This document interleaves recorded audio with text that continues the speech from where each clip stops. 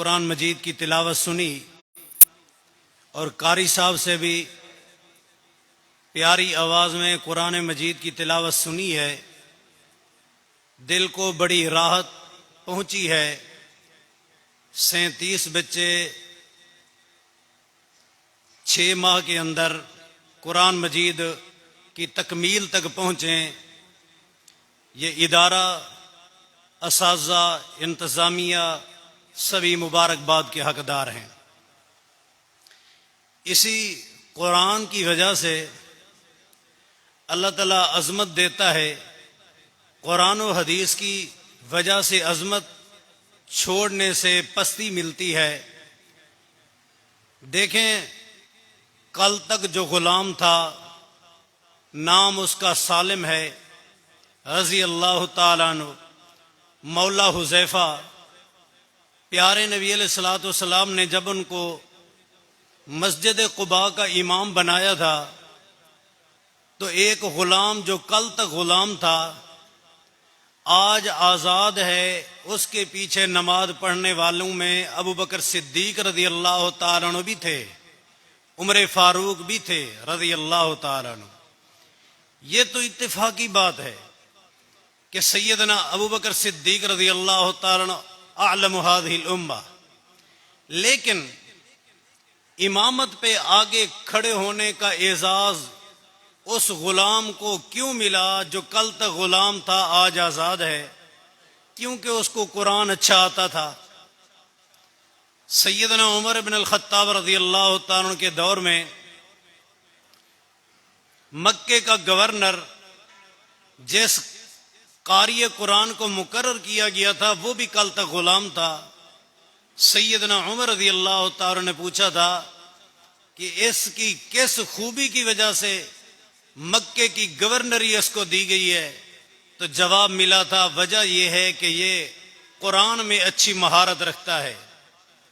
اور سیدنا عمر بن الخطاب رضی اللہ تعالیٰ سے جب پوچھا گیا تھا کہ آپ کے مشیر جہاں 70 سال کے تجربہ شدہ لوگ، ایک عمر رسیدہ لوگ آپ کے مشیر ہیں، وہاں ایک نوجوان بچہ عبداللہ ابن عباس رضی اللہ تعالیٰ عنہ کیوں اس محفل میں بیٹھتا ہے؟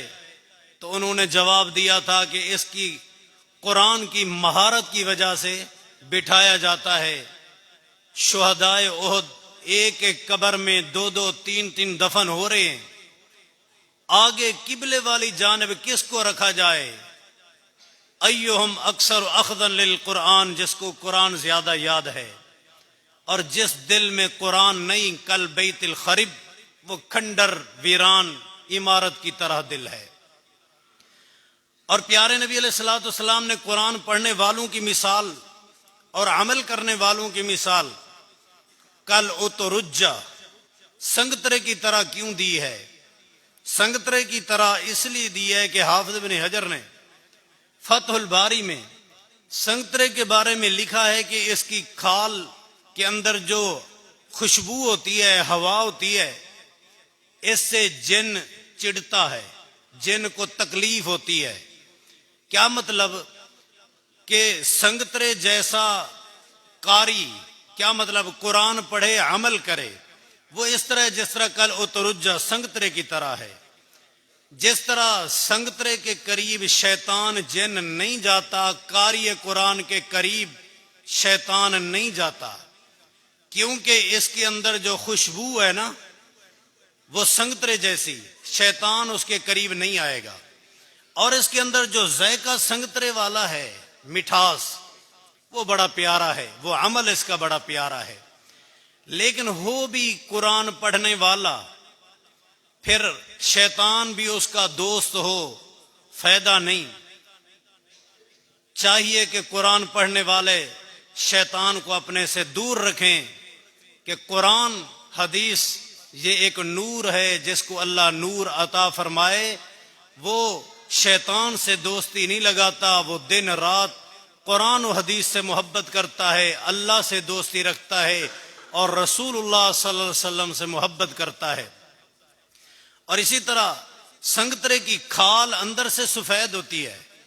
حافظ ابن حجر فرماتے ہیں جس طرح سنگترے کی کھال اندر سے سفید ہوتی ہے، قرآن پڑھنے والے عمل کرنے والے کا دل بھی سفید ہوتا ہے، اس کے اوپر گناہ کے کالے نقطے نہیں ہوتے، کالے نقطے گناہ کے نہیں ہوتے، کیونکہ وہ بالکل سفید ہوتا ہے جس طرح سنگترے کی کھال سفید ہوتی ہے۔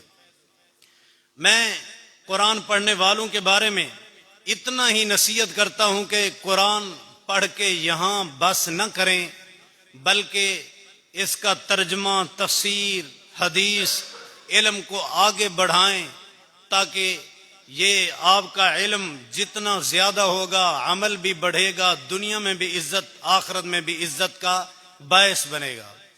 آئیے ان بچوں کی طرف جن بچوں نے جامع ترمذی مکمل کی ہے، اور شیخ عبد المنان شورش حفظہ اللہ سے، وہ میرا روحانی بیٹا ہے، آپ میرے پوتے ہیں، تو مجھے اس اعتبار سے خوشی ہے۔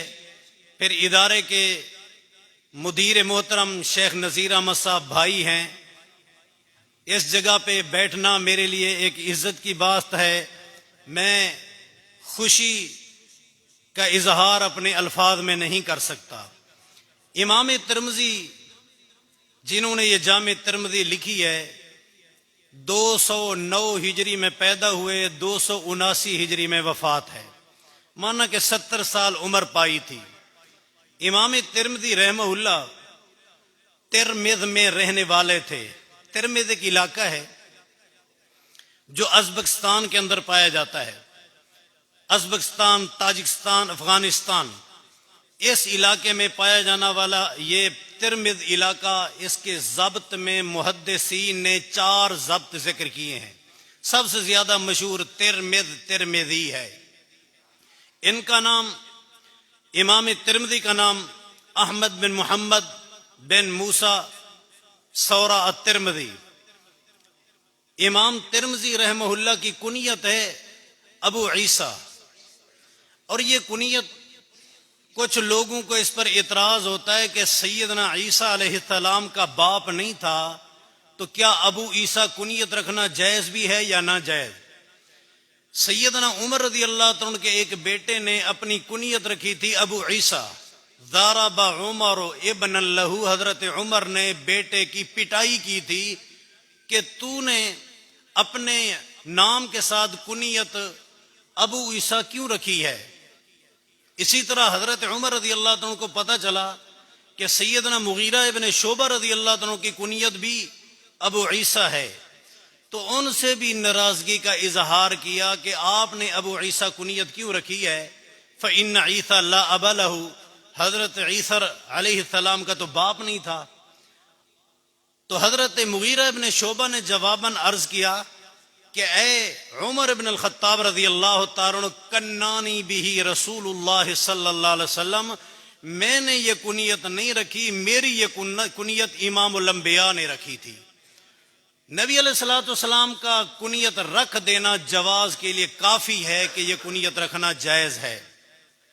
اور جو کنیت ابو عیسیٰ رکھتا ہے، مطلب عیسیٰ کا باپ، تو اس کی نیت میں یہ نہیں ہوتا کہ میں نبی عیسیٰ کا باپ ہوں، نہیں، بلکہ وہ اپنے بیٹے کی نسبت سے۔ اور بعض اوقات بیٹا نہ بھی ہو کنیت رکھی جا سکتی ہے، جس طرح امی عائشہ رضی اللہ تعالی عنہا پیارے پیغمبر سے عرض کرتی ہیں کہ کاش کہ میری اولاد ہوتی، میں بھی اپنے بچے کے نام سے پکاری جاتی فلاں کی ماں۔ نبی علیہ الصلوۃ والسلام نے فرمایا تیرے بھانجے کا نام عبداللہ ہے، تو اپنی کنیت بھانجے کے نام پہ رکھ لے، ام عبداللہ، حضرت عائشہ رضی اللہ تعالی عنہ کی کنیت تھی۔ ابو تراب، کوئی تراب بیٹا تھوڑی تھا، حضرت علی رضی اللہ عنہ کی کنیت۔ ابو بکر، کوئی بکر بیٹا تھوڑا تھا۔ ابو ہریرہ، ہریرہ کوئی بیٹا تھوڑا تھا۔ یعنی بغیر بچے کے بھی کنیت رکھی جا سکتی ہے، اور عرب کے اندر کنیت کے ساتھ پکارنا زیادہ قابل احترام سمجھا جاتا تھا نام کی بجائے۔ امام ترمذی کی یہ کتاب جامع الترمذی، جامع بھی ہے سنن بھی ہے، فقہی ترتیب پر ہے، سنن ہے، جامع ہے، کیونکہ اس کے اندر 8 وہ علوم شامل ہیں جو جامع کے اندر پائے جاتے ہیں. صرف کتاب التفسیر قدر مختصر ہے، جس وجہ سے بعض لوگ اس کو جامع میں شمار نہیں کرتے. سیاہ ستہ میں جامع ترمذی کا ایک بہت بڑا مقام ہے. امام ترمذی رحمہ اللہ کے استاذوں میں سے مایہ ناز استاذ امام بخاری رحمہ اللہ ہیں. اور امام بخاری رحمہ اللہ کے بارے امام قتیبہ ابن سعید رحمہ اللہ نے فرمایا تھا. قتیبہ ابن سعید رضی اللہ عنہ رحمہ اللہ کون ہیں؟ سیاہ ستہ کے استاذ ہیں. تقریباً 6 محدثین جنہوں نے سیاہ ستہ لکھی، ان تمام کا استاذ کہتا ہے جالست الفقهاء والزهداء فما رأيت منذ عقلت مثل محمد بن اسماعیل البخاری. میں نے بڑے بڑے علماء زہداء فقہاء سے ملاقات کی ہے جب سے مجھے عقل آئی ہے. میں نے محمد بن اسماعیل بخاری جیسا علم والا فقہ والا کوئی نہیں دیکھا. اور وہ امام بخاری رحمہ اللہ امام ترمذی کے بارے فرماتے ہیں کہ اے امام ترمذی، من تفعت بک اکثر ممن تفعت بی. اے جامع ترمذی کا مصنف امام ترمذی، تو نے میرے سے علم کم حاصل کیا ہوگا، میں نے تیرے سے فائدہ زیادہ حاصل کیا ہے. یعنی امام کا کہہ دینا یہ شاگرد کی عظمت کی دلیل ہے، ورنہ تو امام بخاری استاذ ہیں. امام ترمذی صرف 2 حدیثوں میں بخاری کا استاد ہے، باقی تمام حدیثوں میں امام بخاری استاد ہے اور ترمذی شاگرد ہے. ایک دفعہ امام ترمذی رحمہ اللہ فرماتے ہیں میں راستے میں تھا مکے کے سفر میں، استاد صاحب سے ملاقات ہو گئی. میں نے استاد کے علم سے 2 رسالے حدیث کے اپنے پاس رکھے ہوئے تھے. مجھے یاد تھا کہ یہ 2 رسالے 2 جز میرے پاس موجود ہیں. میں استاد صاحب سے سن کر اپنی لفظی غلطیوں کی اصلاح کر لوں. درخواست کی استاد محترم آپ وہی حدیثیں مجھے سنائیں تاکہ میں وہ اپنی غلطیوں کی درستگی کر لوں. استاد نے منظور کر لی درخواست.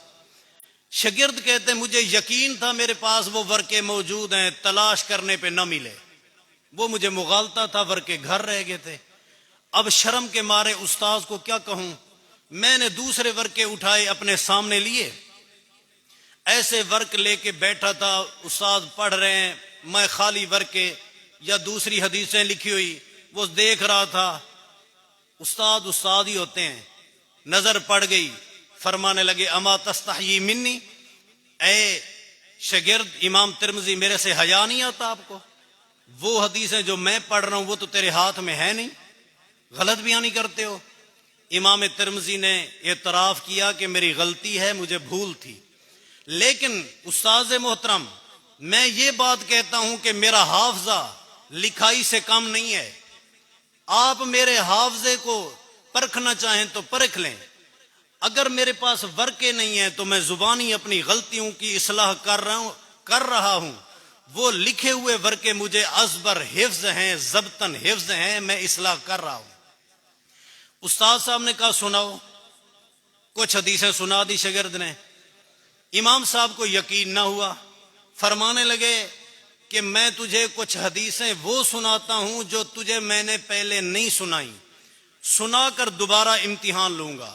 جی ہاں، امام بخاری رحمہ اللہ نے اس محفل میں 40 حدیثیں وہ پڑھیں جو امام ترمذی کو پہلے علم میں نہیں تھی. امام ترمذی نے ایک بار وہ سنی، سننے کے بعد فوراً لفظ بلفظ وہ 40 حدیثیں سنا دیں. تو امام بخاری نے اس وقت کہا تھا کہ اے امام ترمذی، تیرے جیسا حافظے والا میں نے نہیں دیکھا.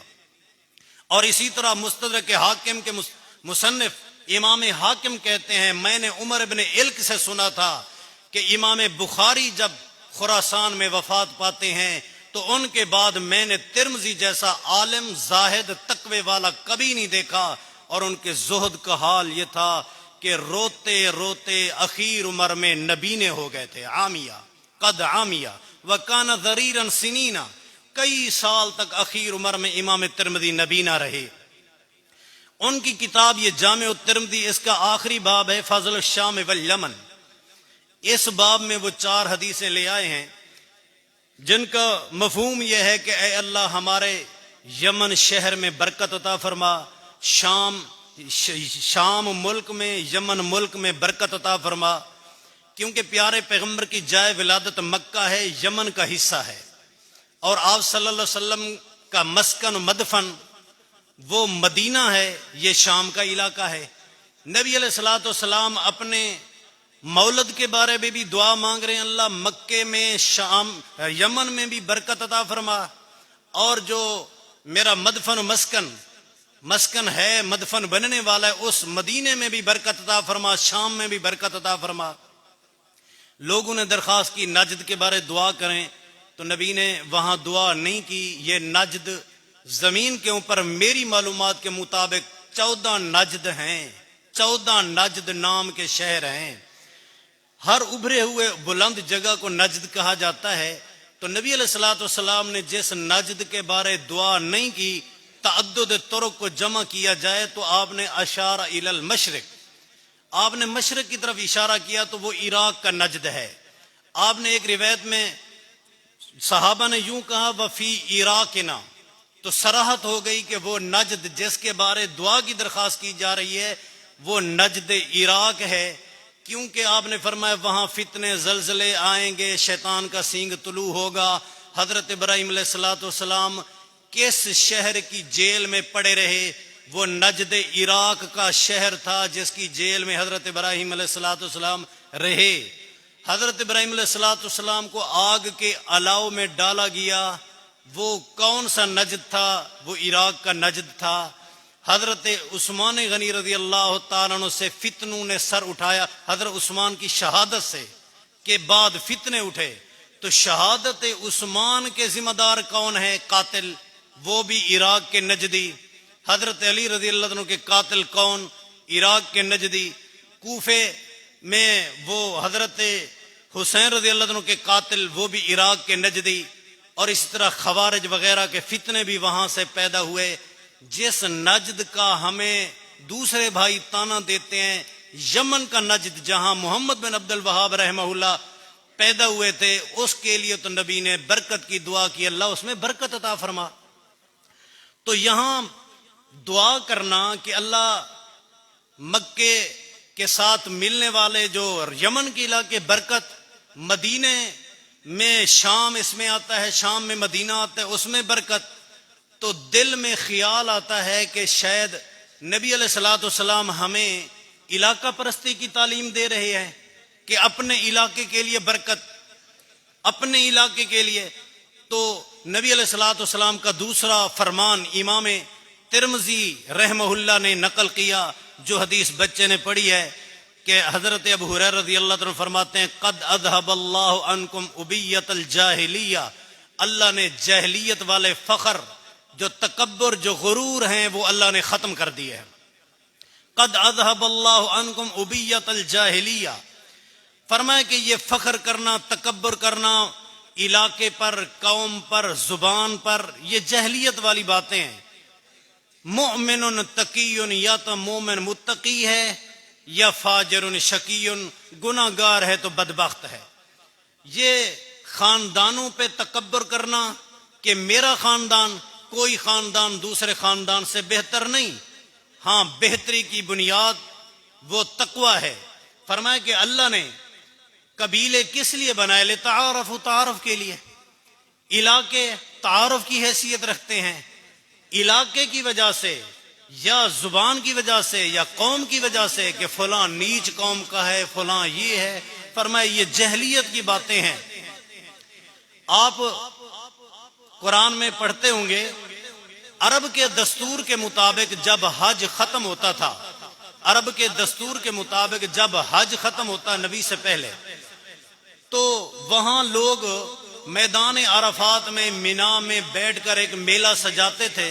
اس میلے کے اندر اپنے آباء و اجداد کے فاخرانہ باتیں ذکر کرتے، میرا بابا اتنا اچھا تھا، اس کے اندر یہ بہادری تھی، یہ شجاعت تھی، یہ عزت تھی، وقار تھا، اور اسی طرح ایک دوسرے کے ساتھ مقابلے بازی چلتی تھی۔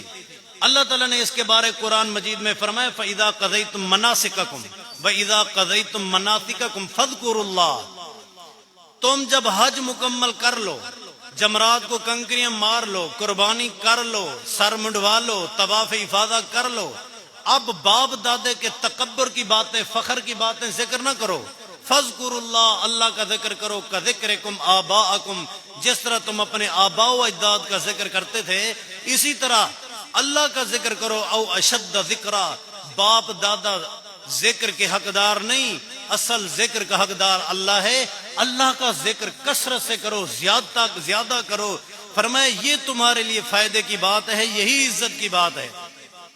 تو باپ دادے پہ فخر کرنا، تکبر کرنا، یہ اسلام نے منع کیا ہے، اسلام میں نہیں ہے۔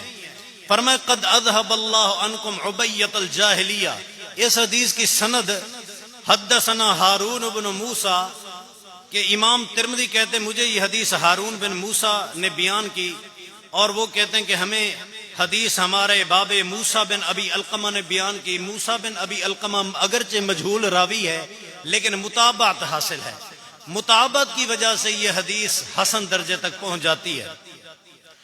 اسی طرح فرمایا کہ مجھے حدیث بیان کی میرے باپ نے، وہ کہتے ہیں مجھے حدیث پہنچی ہے عن ہشام ابن سعد، اور ہشام بیان کرتے ہیں کہ مجھے سعید سے روایت پہنچی ہے، سعید ابن ابی سعید، وہ اپنے باپ سے، وہ ابو ہریرہ رضی اللہ عنہ سے، لولا الاسناد لقال من قال ما قال، اگر سند نہ ہوتی تو اسلام میں جس کا جی چاہتا وہ کہتا، جو جی چاہتا کہتا۔ سند نے آ کر یہ اہمیت دی ہے کہ سند کی وجہ سے اب ہر بندے سے پوچھا جائے گا یہ بات جو تو کہہ رہا ہے کہ کس نے تجھے سنائی۔ جب سند آئے گی تو پھر اس سند میں راوی کون ہیں، ثقات ہیں یا ثقات نہیں ہیں۔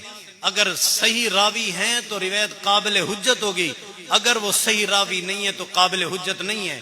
ہارون الرشید کے دور میں، اور یہ واضح حدیث کا سلسلہ حضرت عثمان غنی کی شہادت کے بعد شروع ہوا تھا، تو یہ سلسلہ جب بڑھتا گیا تو ہارون الرشید نے ایک زندیق کو پکڑا، اس زندیق نے کہا تھا کہ این انت عن 4000 حدیث قد وضعته فیکم حرمت فیہ الحلال واحللت فیہ الحرام، میں نے 4000 حدیثیں تمہارے اندر جھوٹی گھڑ کے مشہور کر دی ہیں، جن کے اندر میں نے جھوٹ کو سچ یعنی حلال کو حرام کیا ہے، حرام کو حلال کیا ہے، تم کیا کرو گے؟ تو ہارون الرشید نے کہا کہ تجھے نہیں پتا کہ یہ محدثین کی جو جماعت ہے یہ سندوں کو سامنے رکھ کے پرکھے گی، جس طرح آٹے سے بال نکالا جاتا ہے اسی طرح جھوٹ سے سچ کو نکالیں گے، صحیح حدیث کو ضعیف روایات اور موضوعات سے نکالیں گے۔ یہ سند الاسناد من الدین، یہ بھی ایک دین کا حصہ ہے۔ سیدنا ابو ہریرہ رضی اللہ تعالی حدیث کے بہت بڑے حافظ تھے۔ سیدنا ابو ہریرہ رضی اللہ تعالی 7 ہجری کو مسلمان ہوئے، مسلمان ہونے کے بعد لگ بھگ ان کو 4 سال نبی کے ساتھ صحبت ملی، لیکن اتنا حدیثیں یاد تھیں صحابہ بھی حیرت سے پوچھتے تھے اے ابو ہریرہ رضی اللہ تعالیٰ تجھے اتنا حدیثیں کیوں یاد ہیں؟ وہ فرمایا کرتے تھے یہ بات تو ٹھیک ہے کہ سب سے زیادہ حدیثیں مجھے یاد ہیں، مجھ سے زیادہ حدیثیں یاد ہیں تو عبداللہ ابن عمرو بن العاص کو، وجہ یہ ہے کہ لأنہ یکتب ولا اکتب، وہ لکھتا تھا میں لکھتا نہیں تھا۔ ثابت ہوا کہ نبی کے دور میں بھی حدیثیں لکھی جاتی تھیں، جو کہتے ہیں کہ حدیث نہیں لکھی جاتی تھی جھوٹ بولتے ہیں۔ صحیح بخاری مسلم سیاہ ستہ میں حدیث کے لکھنے کے دلائل موجود ہیں، اور سیدنا ابو ہریرہ رضی اللہ تعالی نے اپنی حدیثیں اپنے شاگرد حمام ابن منبہ کو لکھوائی تھیں، مانا کہ سیدنا ابو ہریرہ رضی اللہ تعالی کی حدیثیں بھی غیر محفوظ نہیں، وہ بھی محفوظ ہیں، انہوں نے بھی لکھوا دی تھیں۔ سیدنا ابو ہریرہ رضی اللہ تعالی عنہ کہتے ہیں کہ میں نبی علیہ الصلوۃ والسلام کو چمٹا رہتا تھا، الزمو رسول اللہ صلی اللہ علیہ وسلم، خالی پیٹ ہوتا تو رسول کے ساتھ، رجا ہوتا تو لوگوں کے رسول کے ساتھ، مہاجر بازاروں میں کاروبار کو چلے جاتے میں رسول کے ساتھ، انصاری کاشتکاری کی طرف چلے جاتے میں پھر بھی رسول کے ساتھ رہتا تھا، ہر ممکن نبی کے ساتھ رہ کر میں نے حدیثیں یاد کی ہیں۔ تو ان کی یہ حدیث فرمائے قد اذهب اللہ عنکم عبیۃ الجاہلیہ، اللہ نے جاہلیت والے فخر، تکبر، غرور، جو اس کے اوپر ناز ہے اس کو ختم کر دیا ہے۔ کیوں کہ اصل معیار ہے تقوی۔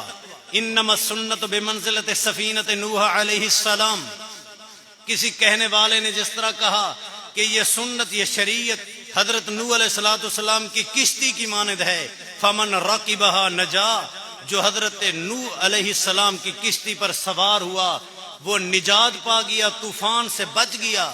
جو نہ چڑھا کشتی پہ سوار نہ ہوا وہ ڈوب گیا۔ میرے پیغمبر کے دین کو جس نے سینے سے لگایا وہ بھلے دور سے آنے والا صہیب رومی کیوں نہ ہو، نجات پا گیا۔ وہ فارس سے آنے والا سلمان فارسی کیوں نہ ہو، نجات پا گیا، جنت کا وارث بنا۔ جس نے اس کشتی کو نہیں اپنایا، قرآن و حدیث کو نہیں اپنایا، وہ بھلے قریشی خاندان کا ابو جہل کیوں نہ ہو، تباہ و برباد ہوا۔ وہ قریشی خاندان کا ابو لہب کیوں نہ ہو، برباد ہوا۔ کیونکہ اس دین میں خاندان معتبر نہیں، اس میں اصل ہے کہ ان اکرمکم عند اللہ اتقاکم، دل والا تقوی دیکھا جاتا ہے۔ مؤمن تقی، یا تو مومن ہے دل میں تقوی ہے، یا پھر اللہ کا نافرمان ہے، فاجر ہے، شقی، بدبخت ہے۔ والناس بنو آدم، لوگ حضرت آدم علیہ السلام کی اولاد ہیں۔ وآدم من تراب، حضرت آدم علیہ السلام مٹی سے، تو ہم بھی مٹی سے ہی ہیں، مٹی میں ہی جانا ہے۔ تو جب ہماری حیثیت یہی ہے کہ ہم نے آخر مٹی میں جانا ہے، تو پھر اللہ کا خوف دل میں پیدا کر کے اللہ کی رضا والے کام کرنے چاہیے۔ امام ترمذی اور جامع ترمذی اور سند کے متعلق کافی وہ علمی بحثیں ہیں جو طلباء اور اساتذہ کے مابین ان کا تعلق ہوتا ہے۔ یہ محفل صرف اس قسم کی نہیں تھی، تو میں نے چند گزارشات وہ کی ہیں جو ملی جلی ہیں سب سے، جن کا تعلق ہو سکتا ہے۔ اللہ سے دعا ہے اللہ ان تمام طلباء کو جو تکمیل کر رہے ہیں اور جو کرنے والے ہیں باقی کلاسز میں، حفظ میں، درس نظامی میں، اللہ ان کو کامیاب فرمائے۔ اسی طرح پڑھانے والے اساتذہ تمام، بالخصوص جیسے استاذ محترم نے یہ کتاب مکمل کروائی ہے، فضیلت الشیخ شیخ عبد المنان شورے صاحب، میں ان کو مبارکباد دیتا ہوں۔ فضیلت الشیخ شیخ نذیر احمد مدنی صاحب اور باقی ان کی انتظامیہ، اساتذہ، معاونین تمام مبارکباد کے حقدار ہیں۔ اللہ تعالی ہمیں ان شرعی مسائل، نصوص پہ عمل کی توفیق عطا فرمائے، اور علم پڑھنے پڑھانے والوں کی یہ کاوشیں قبول فرمائے، اور جنت الفردوس میں اکٹھا فرمائے۔ وما علیہ الا البلاغ المبین۔